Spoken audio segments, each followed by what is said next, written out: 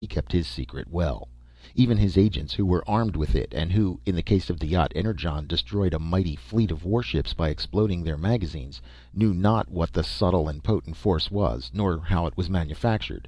They knew only one of its many uses, and in that one use they had been instructed by Goliah. It is now well known that radium and radiyte and radiosole and all the other compounds were byproducts of the manufacture of Energon by Goliah from the sunlight. But at that time nobody knew what Energon was, and Goliah continued to awe and rule the world.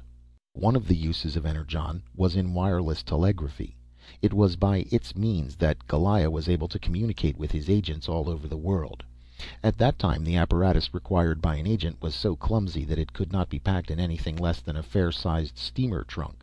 Today, thanks to the improvements of Hensall, the perfected apparatus can be carried in a coat pocket.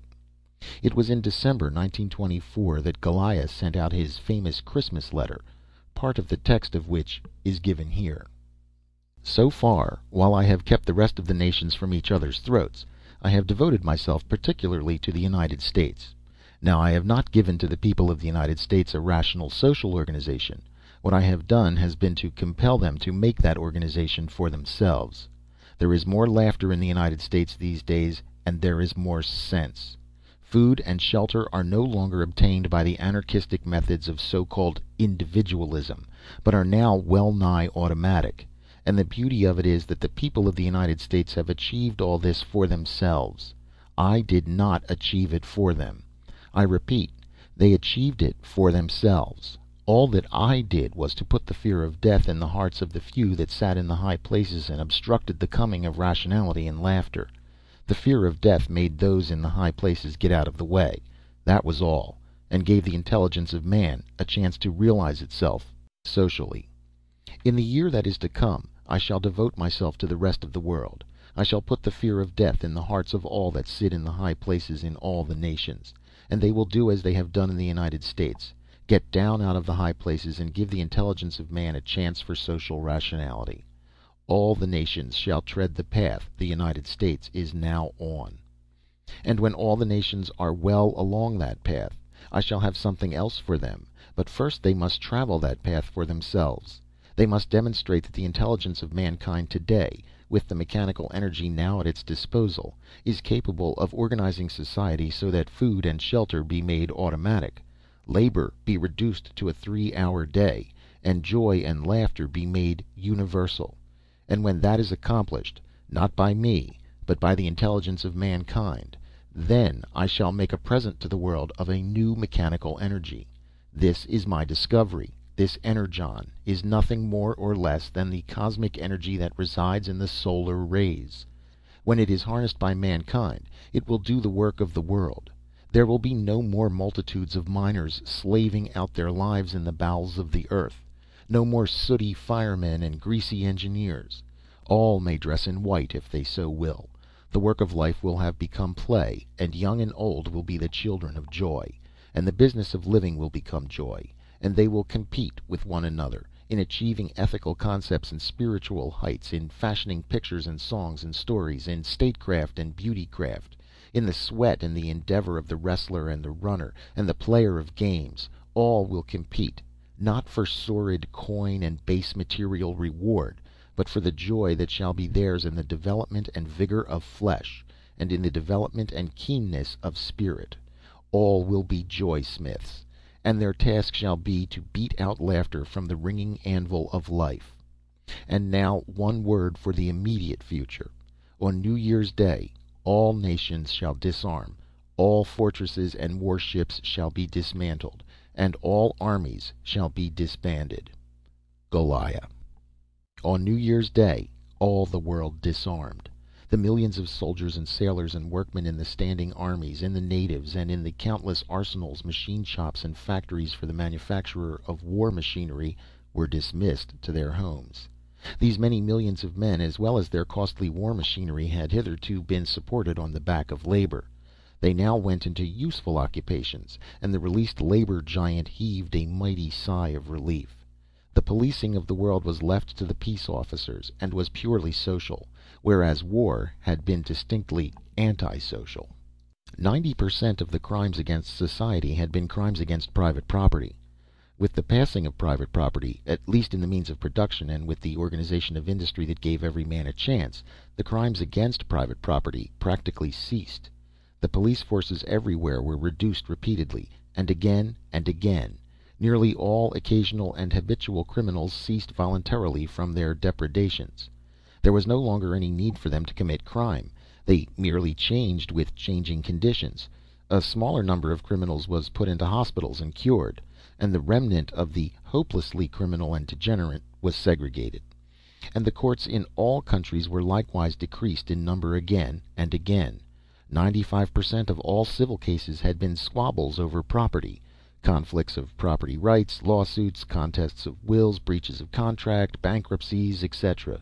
With the passing of private property, this 95% of the cases that cluttered the courts also passed.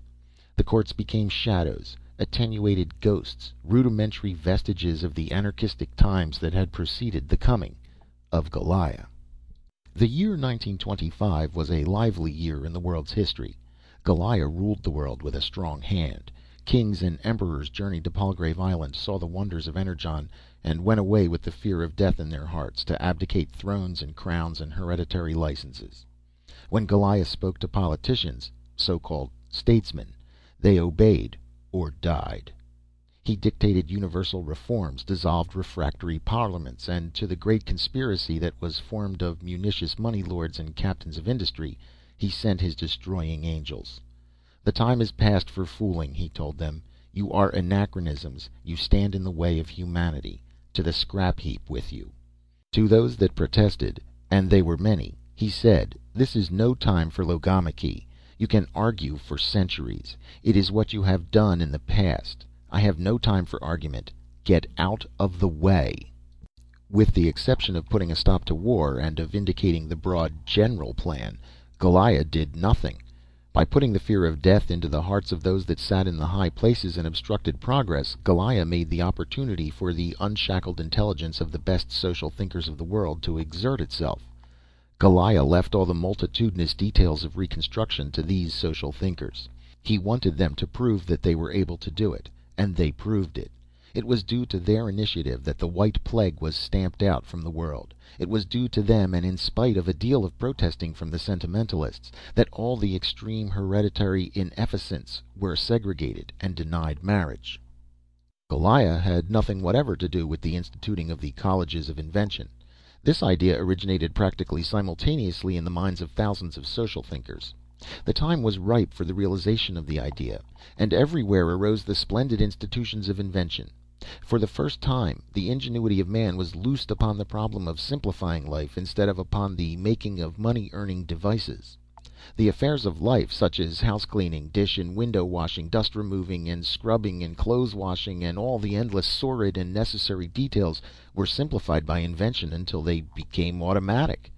We of today cannot realize the barbarously filthy and slavish lives of those that lived prior to 1925.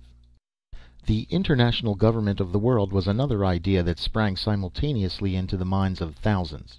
The successful realization of this idea was a surprise to many, but as a surprise it was nothing that received by the mildly Protestant sociologists and biologists when irrefutable facts exploded the doctrine of Malthus. With leisure and joy in the world, with an immensely higher standard of living, and with the enormous spaciousness of opportunity for recreation, development, and pursuit of beauty and nobility and all the higher attributes, the birth rate fell, and fell astoundingly.